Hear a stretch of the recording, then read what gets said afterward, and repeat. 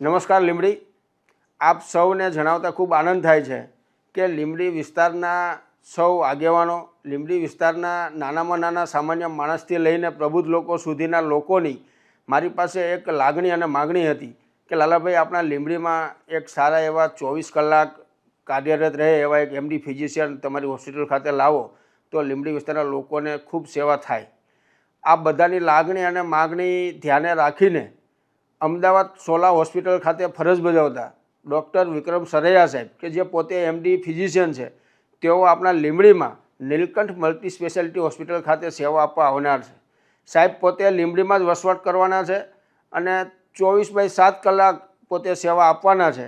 એટલે ખાસ ફરીથી હું આ જે લીંબડી મને મળ્યા છે ડૉક્ટર વિક્રમ સરૈયા સાહેબ, એમની પાસે ઉપસ્થિત છું.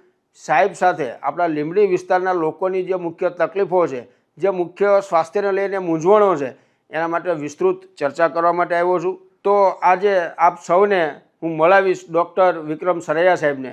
વિક્રમ સરૈયા સાહેબ, આપનું લીંબડીમાં હાર્દિક સ્વાગત છે. કેમ છો સાહેબ? મજામાં? બસ મજામાં, એકદમ મજામાં. સાહેબ, ગરમીની સિઝન આવી રહી છે. ઘણા બધા લોકોને લૂ લાગવાથી હોસ્પિટલ કે કોઈ ફિઝિશિયન પાસે લઈ જવા કરતાં ઘરે જ પોતે ઘરેલું ઉપચાર કરતા હોય છે. તો આવા કિસ્સામાં ખરેખર હોસ્પિટલ લઈ જવા હિતાવહ છે કે ઘરેલું ઉપચાર કરવા હિતાવહ છે? શું કરવું જોઈએ? લૂ લાગવી એટલે એક રીતે બોડીનું જે ટેમ્પરેચર છે, જે તાપમાન છે, એ બહુ જ વધી જતું હોય છે. નોર્મલી આને હીટ સ્ટ્રોક આપણે ઇંગ્લિશમાં કહેતા હોઈએ છીએ.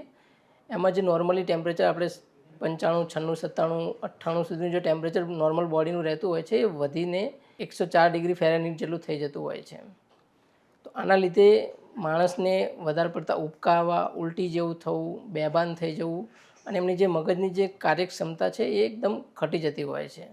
એના લીધે હવે આમની ટ્રીટમેન્ટ શું છે? આનું સારવાર એ છે કે આમને જલ્દીથી જલ્દી કોઈ ઠંડી જગ્યાએ લઈ જવું બહુ જરૂરી છે. પછી એમને ઘરે ઉપચાર કર્યા કરતાં કોઈ જે આ વિષયમાં જાણકાર હોય, કોઈ એમડી ફિઝિશિયન છે કે કોઈ મલ્ટી સ્પેશિયાલિટી હોસ્પિટલ છે જ્યાં બધા ડૉક્ટર અવેલેબલ હોય, એવી જગ્યાએ લઈ જવું બહુ જરૂરી છે.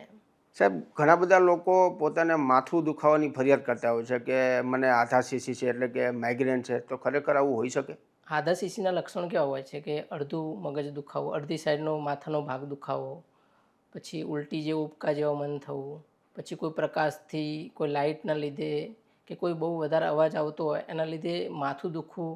એટલે માઇગ્રેન હોઈ શકે છે, પણ એવું જરૂરી નથી કે માઇગ્રેન જ છે.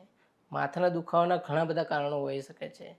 એક તો બહુ વધારે બીપી રહેતું હોય તો એના લીધે હોઈ શકે છે, અને કોઈ આંખના નંબર હોય લાંબા ટાઈમથી તો એના લીધે બી હોઈ શકતું હોય છે. એના સિવાય એક તો વધારે પડતું ટેન્શન લેતા હોય તો એના લીધે બી હોઈ શકે છે.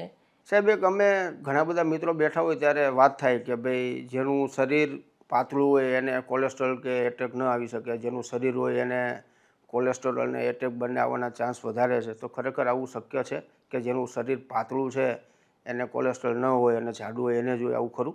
ના, એવું જરૂરી નથી. પાતળા માણસોને પણ કોલેસ્ટ્રોલ હોઈ શકે છે. કોલેસ્ટ્રોલ હોવું એ ગમે તે માણસને હોઈ શકે છે. જાડા માણસને બી હોઈ શકે છે, પાતળા માણસને બી હોઈ શકે છે. કોલેસ્ટ્રોલ થવાના કારણો ઘણા બધા હોય છે. એક તો જેનેટિકના લીધે બી થતા હોય છે.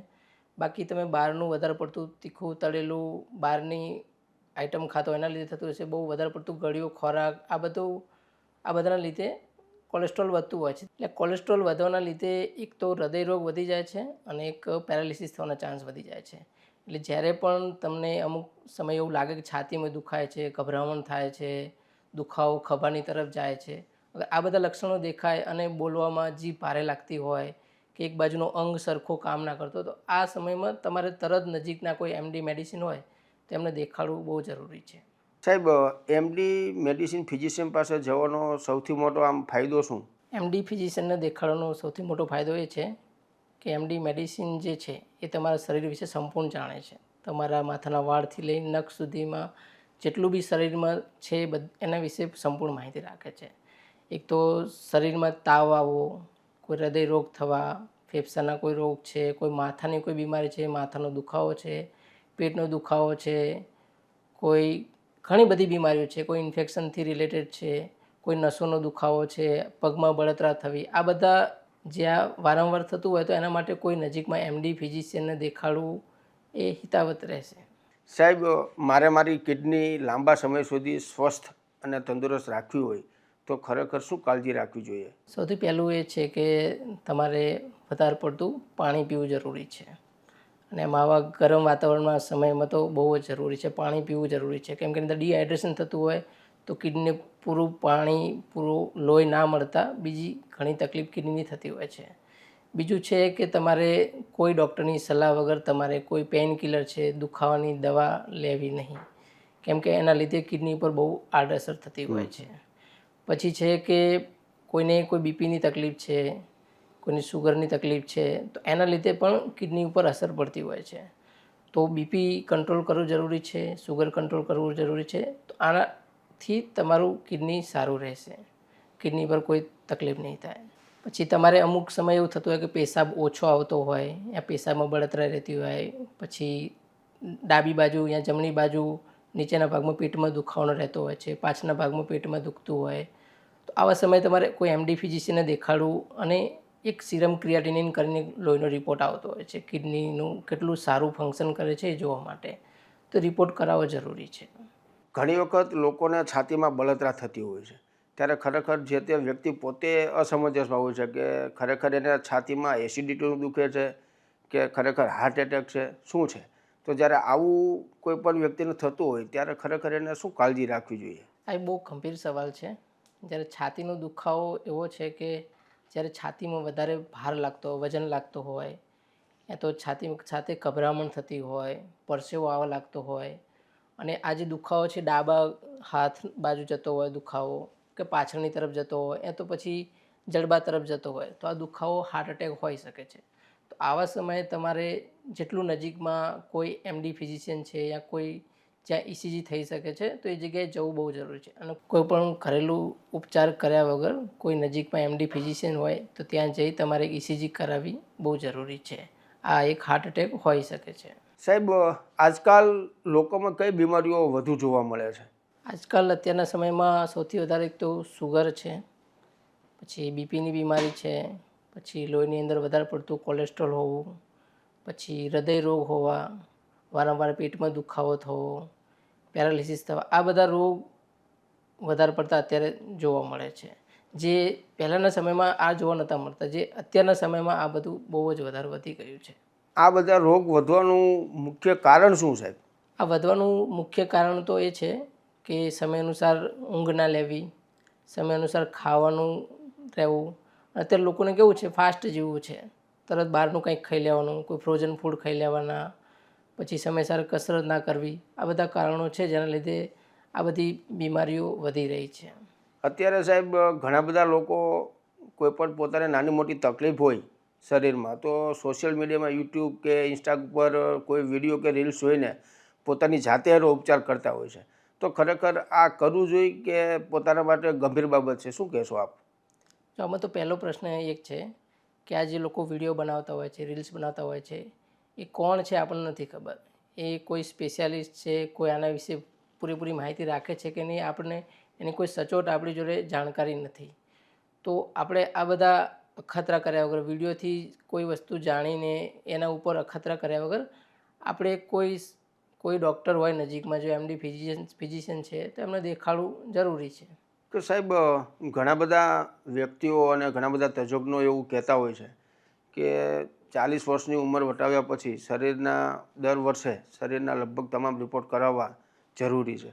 તો ખરેખર આ રિપોર્ટ કરાવવા યોગ્ય ખરા, જરૂરી ખરા? હા, અત્યારના સમય પ્રમાણે, અત્યારની લાઈફસ્ટાઈલ પ્રમાણે હું તો કહીશ કે 40 વર્ષ, એના પહેલાં પણ 30 વર્ષથી જ ચાલુ કરી દેવું જોઈએ. દર વર્ષે એક તો બીપી છે, સુગર ચેક કરાવવાનું, કોઈ મહિલા હોય તો થાઇરોઇડનો રિપોર્ટ છે, કે આ બધા રિપોર્ટ્સ દર વર્ષે કરાવવા જરૂરી થઈ જાય છે. પછી છે અમુક સમય પછી B12 છે, વિટામિન ડી છે, આ બધા રિપોર્ટ કરાવવા પણ જરૂરી છે. પછી એક 40 વર્ષ પછી એક ઇસીજી કરાવી હૃદય માટે, એક 2D ઇકો છે, સ્ક્રીનિંગ કરાવવું બહુ જરૂરી છે. તો જેનાથી કોઈ હૃદયરોગ હોવા, કોઈ હૃદયરોગ થવાની સંભાવના હોય તો આપણને થોડો ઘણો ખ્યાલ આવે છે. અત્યારે આમ જુઓ તો રોગ એટલે ડાયાબિટીસ, લગભગ ઘરમાં ડાયાબિટીસના પેશન્ટ એક બે આપણને જોવા મળે. તો ખરેખર સાહેબ ડાયાબિટીસ શું છે અને આમ ડાયાબિટીસ છે એના લક્ષણો કયા કયા કે લોકોને ખ્યાલ આવે કે ખરેખર મને આ લક્ષણ છે તો ડાયાબિટીસના રિપોર્ટ કરાવવા જોઈએ, તો આવા કયા કયા લક્ષણો આમ ખરા? ડાયાબિટીસ એટલે એવું છે કે લોહીની અંદર સુગરનું પ્રમાણ વધી જવું. એક જે નોર્મલ સુગર રહેવું જોઈએ એના કરતાં વધારે હોવું, એના લીધે ડાયાબિટીસ થતો હોય છે. તો ડાયાબિટીસ થવાના લક્ષણો કેવા હોય છે? જ્યારે ડાયાબિટીસ થાય ત્યારે એક તો વારંવાર પેશાબ લાગવો, વારંવાર ભૂખ લાગવી, પછી વારંવાર પેશાબ કરવા જવું પડે, એકદમ થાક લાગતો હોય, પછી ક્યાંક વાગ્યું હોય તમને તો એ જે ઘા ભરાવાનો જે સમય હોય એ વધારે લાગતો હોય છે. આ બધા લક્ષણો છે ડાયાબિટીસના. અને ડાયાબિટીસની અંદર અલગ અલગ પ્રકાર હોય છે. ટાઈપ 1 ડાયાબિટીસ હોય છે, ટાઈપ 2 ડાયાબિટીસ હોય છે, પછી ગેસ્ટેશનલ ડાયાબિટીસ બી હોય છે. અમુક જે પ્રેગ્નેન્ટ મહિલા હોય છે એમને થતું હોય છે. નોર્મલી એમને પહેલાં પ્રેગ્નન્સીના પહેલાં નથી હોતું સુગર, પછી બી નથી હોતું, પણ આ જે પ્રેગ્નન્સીના જે દરમિયાન છે ત્યારે સુગર વધી જતું હોય છે, તો એને ગેસ્ટેશનલ ડાયાબિટીસ બી કહેતા હોઈએ છીએ. એક ટાઈપ 1 ડાયાબિટીસ છે જેની અંદર ઇન્સ્યુલિન જે બોડીમાં બનવું જોઈએ એ બિલકુલ નથી બનતું હતું, તો એ ઇન્સ્યુલિન બિલકુલ ના બનવાના લીધે ટાઈપ 1 ડાયાબિટીસ થતો હોય છે. આ જનરલી બહુ નાની ઉંમરવાળા હોય, જેમ કે 5 વર્ષથી લઈને 20 વર્ષ 30 વર્ષ સુધીના લોકોમાં ટાઈપ 1 ડાયાબિટીસ થતો હોય છે.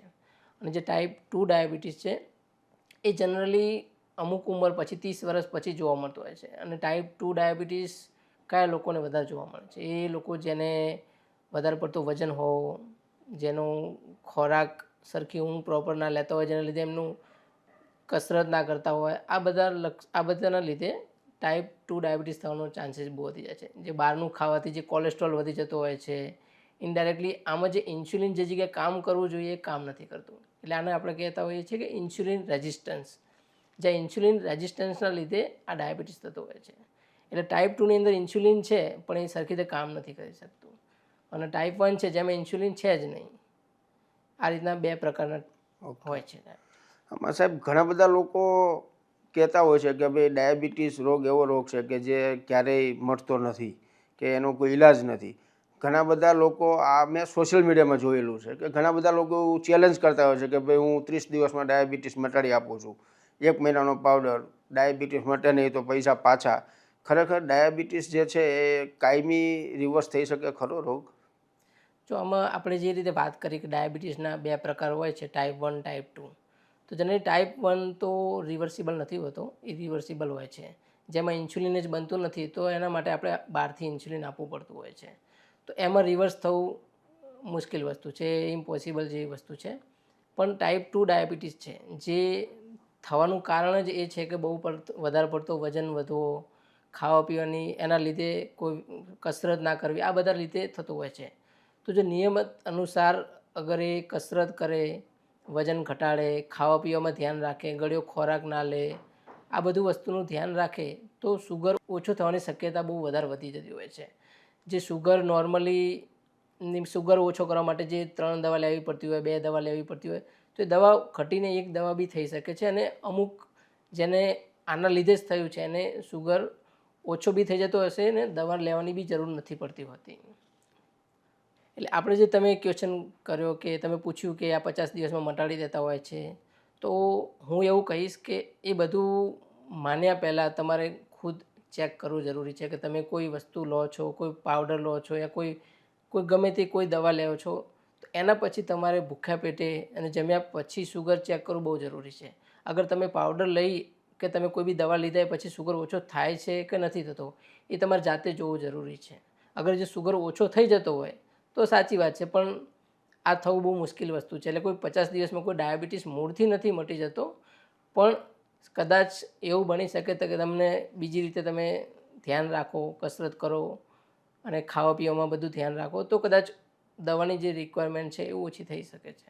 ડાયાબિટીસને રોગોનું ઘર કહેવામાં આવે છે, આવું શા માટે? ડાયાબિટીસને રોગોનું ઘર કહેવામાં એટલા માટે મેઇન તો એક સૌથી મોટું કારણ છે કે આના લીધે જે તમારી રોગ પ્રતિકારક શક્તિ હોય છે જે એક બહુ એકદમ ઘટી જાય છે.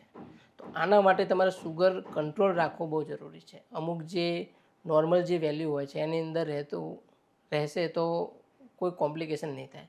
જનરલી જ્યારે સુગર વધારે પડતો લોહીમાં હોવાથી આંખોમાં તકલીફ થતી હોય છે, કિડનીમાં તકલીફ થતી હોય છે, પછી જે નસો હોય છે એમાં તકલીફ થતી હોય છે. એટલે ડાયાબિટીસ થાય ત્યારે એક તો આંખ ઉપર અસર થાય તો તેને રેટિનોપેથી કહેવામાં આવે છે, પછી જે કિડની ઉપર અસર કરે એને નેફ્રોપેથી કહેવામાં આવે છે, પછી જે નસો ઉપર જે અસર કરે છે એને ન્યુરોપેથી બી કહેવામાં આવે છે. એટલે આ બધા સુગર વધારે લાંબા સમયથી લોહીમાં રહેવાના લીધે આ બધા લક્ષણો થતા હોય છે, આ બધી તકલીફો થતી હોય છે. એક તો સૌથી મોટી છે, એક તો હૃદય રોગ છે, જેને લીધે હૃદય રોગ થવાની શક્યતા બહુ વધારે વધી જાય છે. પછી જે મગજમાં જે સ્ટ્રોક થતો હોય છે, જે પેરાલિસિસ થતો હોય છે, એ થવાના શક્યતા બહુ વધી જાય છે. એટલા માટે એમાં કહેવામાં આવે છે કે આ એક રોગનું ખર છે. એટલે સુગર આપણે નિયમિત ચેક કરાવવું, સુગરની પ્રોપર દવા લેવી બહુ જ જરૂરી છે. જેટલું સુગર તમારું લાંબા સમય સુધી કંટ્રોલ રહેશે તો આ બધા એના જે કોમ્પ્લિકેશન છે એ નહીં થાય. લીંબડી વિસ્તાર આપણો ખેતીવાડીના વ્યવસાય સાથે જોડાયેલો છે. એટલે ખેતમજૂરો જ્યારે ખેડૂતો પોતાના ખેતરમાં કામ કરતા હોય છે ત્યારે ઘણી બધી વખત એને કોઈ જીવજંતુ કે સાપ કે વીંછી એને ડંખ આપતું હોય છે, ત્યારે ખરેખર આવી સ્થિતિમાં જે તે વ્યક્તિએ શું કરવું જોઈએ? જો પછી સાપ કે વીંછી કે એવું કંઈ કરડી જાય તો પહેલી વસ્તુ છે કે માણસને શાંતિથી સુવાડવાનો એક જગ્યાએ, બરાબર. પછી એમના જે જગ્યાએ કરડ્યું છે ત્યાં કોઈ ટાઈટ કપડાં હોય કે કંઈ કડવું હોય એવું તે વસ્તુ નીકાળવાનો પ્રયાસ કરવાનો છે. અને જે તે પગમાં કરડ્યું હોય કે હાથમાં જે બી, તો એ હાથ યા પગનો મૂવમેન્ટ બિલકુલ નથી કરવાનું, એને હલાવવાનું નથી, ત્યાં એ જ પોઝિશનમાં રાખવાનું છે. આમાં કેવું છે, સાપમાં મોટા ભાગે જે બી સાપ છે એમાં 2-3 ટાઈપના સાપ આવતા હોય છે. એમાં સાપમાં એવું છે કે અમુક ન્યુરોટોક્સિક આવતા હોય છે જે લકવાની અસર કરતા હોય છે, આંખો ભારી થઈ જાય એવા હોય છે. અને એક બીજા હોય છે જે હિમેટોટોક્સિક હોય છે, જે લોહી ઉપર અસર કરતા હોય છે, જેની અંદર લોહી તૂટી જવું અંદર અને કિડની ઉપર એ બધા ઇફેક્ટ કરતા હોય છે. અને મોટા ભાગના સાપ છે એ ઝેરીલા નથી હોતા, પણ આપણે એ બધું વિચાર્યા વગર આપણે જેટલું જલ્દી બને એટલું નજીકમાં સારવાર લેવી બહુ જરૂરી છે. તો આ હતા ડૉક્ટર વિક્રમ સરેયા સાહેબ કે જે પોતે આપણા Limbdi Nilkanth multi speciality hospital ખાતે સેવા આપવા આવનાર છે.